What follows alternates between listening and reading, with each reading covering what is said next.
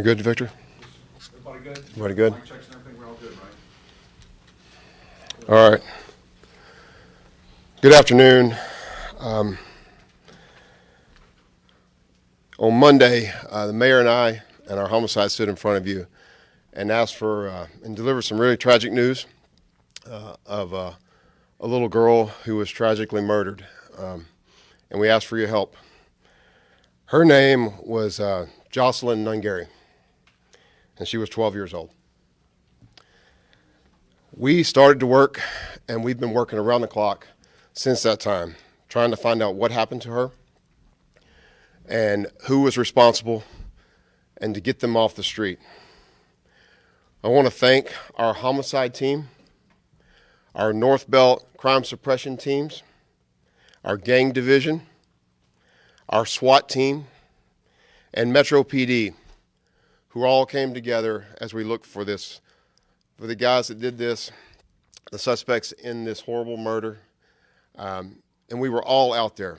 In fact, the mayor was with me on Tuesday night late as we were going through and looking to see if we could find anything else. And the teams were out there and they were scouring every potential video feed, and they were talking to everybody possible that might have seen something or heard something. And their hard work paid off because we were able to find video and trace the movements of our suspects and of Jocelyn, and all the way to the point of where she was murdered and left in a bayou in the water. So that's the hard work that they did. We asked for the public's help, and the public came through too. People stepped up, people called, and we are still asking for more help from the public, for anybody that might have seen something or might know something, however small, to reach out to us. And I'll have Homicide give you the numbers. Lieutenant Hope will give you the numbers on who to call for that. You can even call anonymously, but we really need all the help from all the public and to make sure that we have the very best solid case so these individuals do not get released back into the field, back into the public where they could hurt other people. So that is my ask of you. About an hour ago, I talked to Miss Nungaray, Jocelyn's mother, Alexis. And she's been very brave, but she is still devastated. Her little girl's gone. And now they're trying to figure out how to take care of her and to arrange funeral arrangements and try to heal for something you really can't heal from. And we understand that because many of us have kids and cannot imagine the pain that they're going through. So I ask you to still pray for them immensely. They're going through a really trying time, and as Houstonians and this public, I know that we have fantastic people here. Keep praying for the Nungaray family. I want to turn it over to the mayor to make a few comments, and then followed by that, we'll have Lieutenant Hope to give you more details on the investigation and how it's played out thus far, things that we can share, but please understand there are still things we cannot share for the purposes of the investigation. I know you all understand that. And then we're going to deliver this in Spanish with Commander Garcia, who will offer comments in Spanish, and then we'll take questions from there. So with that, Mayor. Thank you, Chief. I'm here because of the seriousness of this case and my personal interest. As the mayor, as a grandfather and a father, it doesn't get any worse. I'm here primarily, though, to emphasize 3 points. Our condolences to the family. When I spoke to Ms. Nungaray about an hour ago, she was at the funeral home. I'm concerned about their economic circumstances, and also to let them know that all of Houston, all the investigators, their neighbors, the retail merchants in the area, everyone that came forward with information. As the chief mentioned, I was there the night before last. This North Belt crime suppression group, you don't want to mess with them. They were out on the streets, going up and down every street in every direction from the incident and the scene of the crime. I've watched homicide work around the clock all night long. I've seen SWAT show up to make certain that they were apprehended properly. So the first thing I want to emphasize is the condolences. The family, as the chief said, is devastated. I've spoken with an uncle. If you just put yourself in their place, they don't know which way to turn. They have very limited resources, but they're strong, they're brave. The mother just wants to see her baby. Hasn't been able to examine the body due to the investigation, but she's making arrangements as we talk. Number two, and I just touched on it briefly, but I want to expound on it. The police work. I want Houstonians to know, be proud and excited about your police department.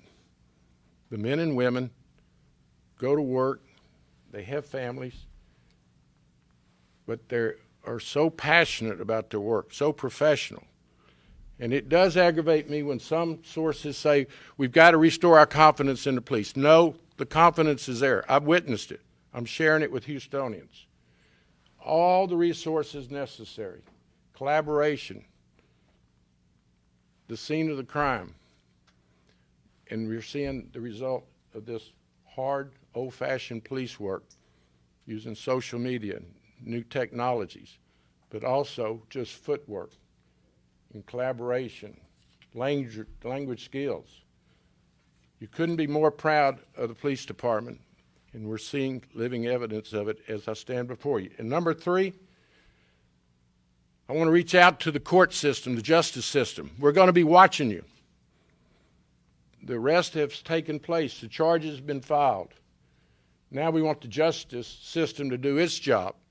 If there was ever a circumstance where you do not give someone bail, this is it. There are circumstances allowed that you can prevent bail. Take in consideration flight risk. Take in consideration the severity of this crime. So I'm going to be monitoring the court system. I want these suspects to have their day in court. I want to be held accountable, and I want it done sooner than later. That said, I'll yield to Lieutenant Hope, who has really led a very effective investigation. Thank you, sir. Thank you, Mayor. And thank you, everyone, for being here today. Yes, ma'am. My name is Stephen Hope, S-T-E-P-H-E-N. Last name Hope, H-O-P-E. So I'm here today because our team has worked tirelessly tracking evidence in this case since the discovery of Jocelyn by a citizen on the morning of June 17th, 2024. Because of the assistance of the area community and surveillance video that our officers have tirelessly tracked down and other evidentiary pieces, we have found and learned that the suspects began their evening at a Northborough area restaurant together. They left that restaurant on foot, southbound. The suspects continued south and were first seen on a camera, and those are images that we released to you, to all of you and to the public. Suspects seen meeting the victim and talking for a few minutes while they were on Kirkendall. Later, the suspects and the victim walked together to a convenience store, and those images were also released to you guys and the public.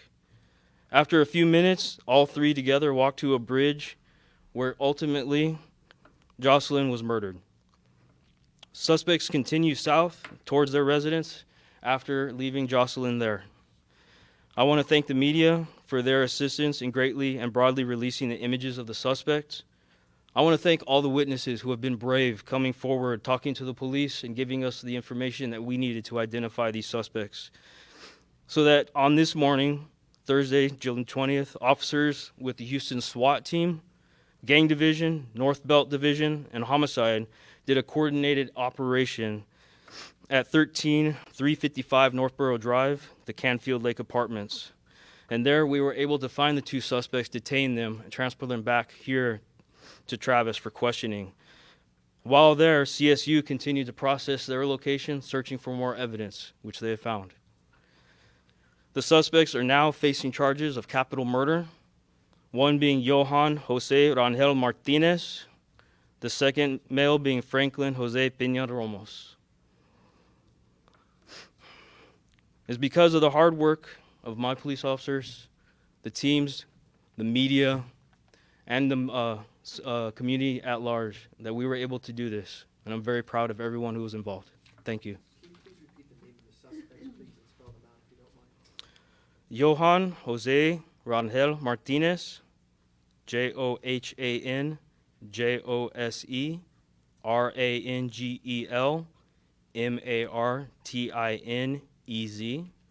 and Franklin Jose Peña Ramos, FranklinJosePeña Ramos. And we will be updating you guys with images once the booking process is completed. So, do you have agents or do you have to work on this thing, sir? Yes.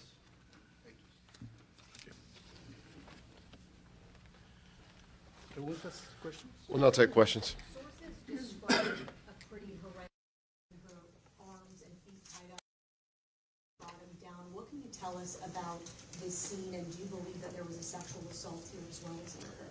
We're still doing a lot of that investigation. We have performed submitted for a sexual assault kit to be performed, the same kit on her. So that is still pending. And for everything else, it was a horrible scene, but in care of the investigation, that's as far as I'll go with it. And then we're told that one of the suspects had possible bite marks on his neck. Any self-defense wounds? Do you believe that there was a struggle here? And broken nails? So again, at this point, there's things I can release, that we will release, and things that we won't. All of that, the condition of her, more specifically of the suspects, all of those things will come out in time. But for now, we are not confirming any details. And to be fair about what you just described, I don't have any information on that. Homicide might. But again, we're trying to make sure that we're being as careful with this investigation to get it all right. So I can't confirm anything at this time.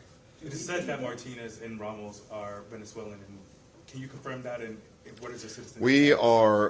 We have reached out to Homeland Security Investigations, HSI, and they are conducting that part of the investigation in terms of their status and legality here and those types of things. So I would defer to them and defer you to them for confirmation of those things. And to be clear, were they roommates living in the same unit? It appears that they were all residing in the same apartment, yes. Okay, so, and do we know how long they have lived in the area in that particular apartment?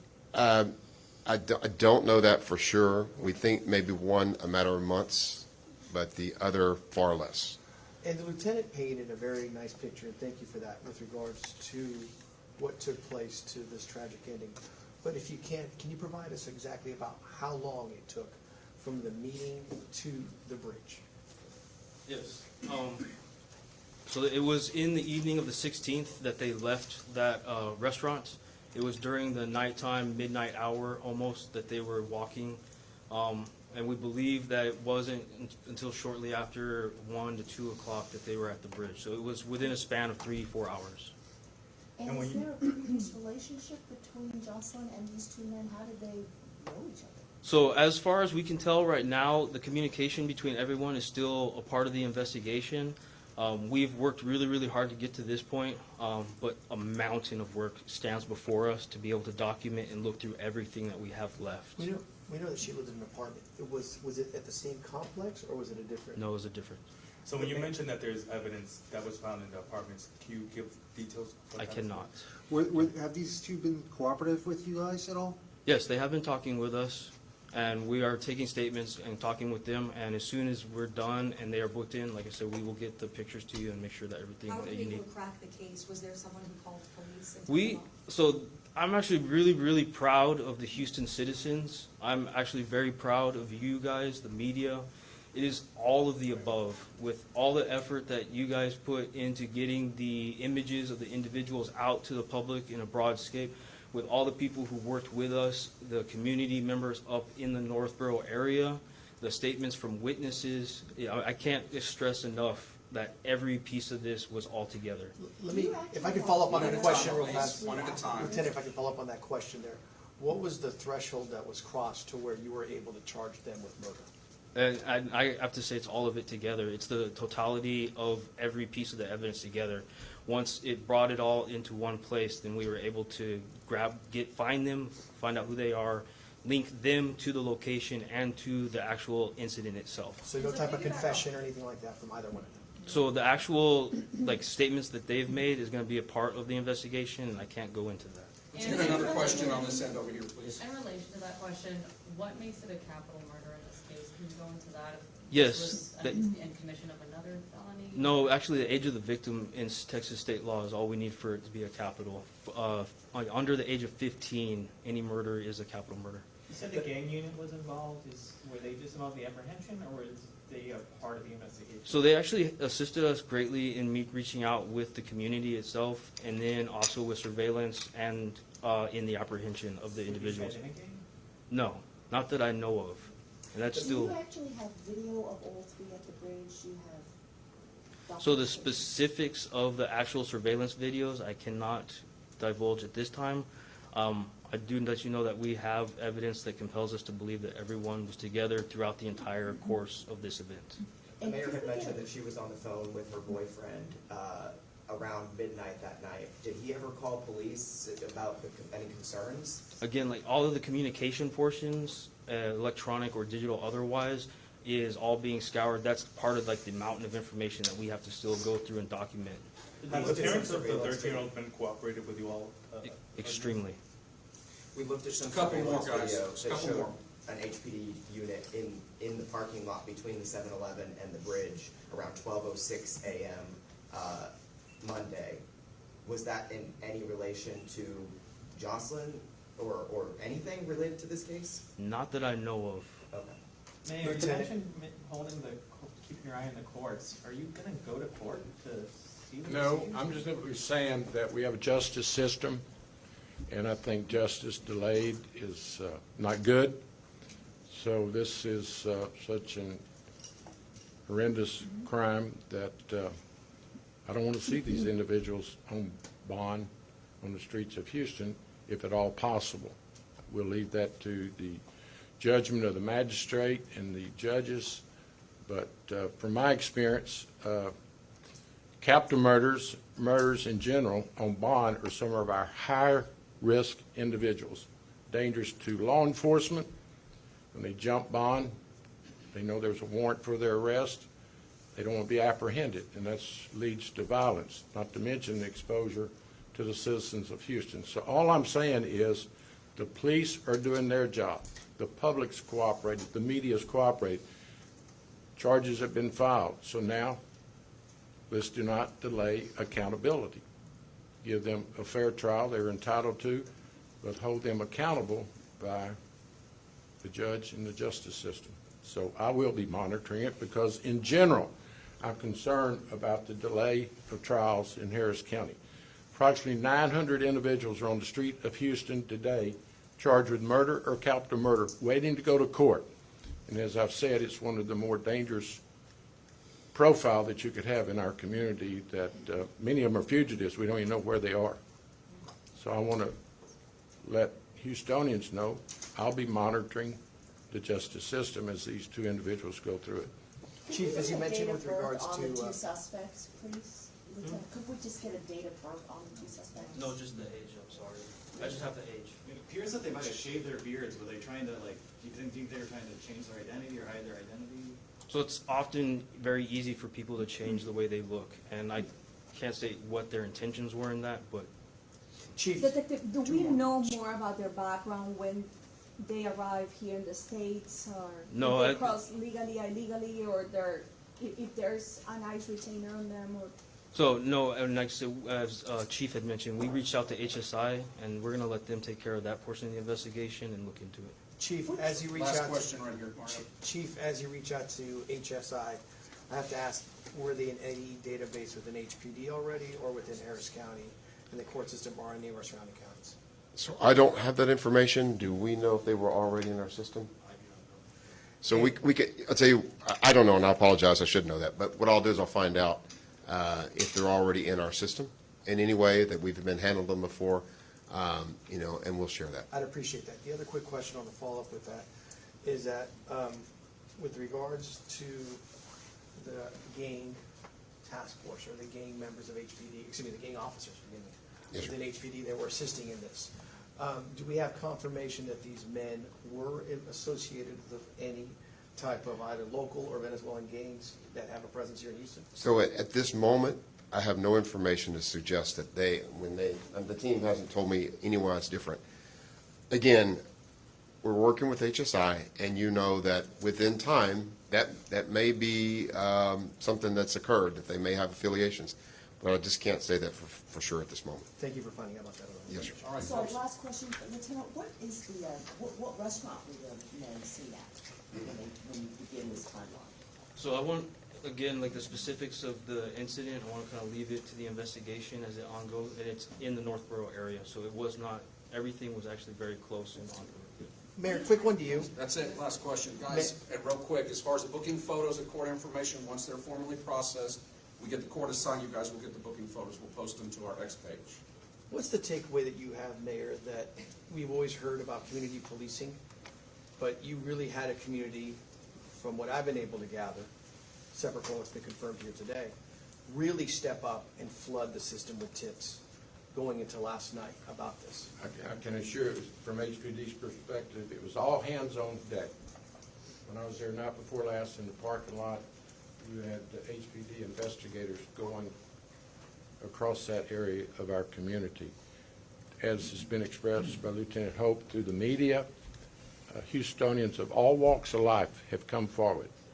And there's probably, listening to the officer, no one thing that made this case. It was the collaboration of the public, the media, the residents, the retail merchants. I was there when they were asked to allow HPD to view their videos. Everyone cooperated, and that's what is great about Houston. We come together during difficult times. This is a difficult time, but Houstonians ought to know they've got a police department that fights crime. The only thing this police department needs is more resources. They've got the expertise, the passion, the experience. We just need additional resources, which we'll be addressing in future days. So it's sad, it's outrageous, makes you angry, but we're going to court with these individuals and hold them accountable. Okay, folks, thank you very much. Thank you.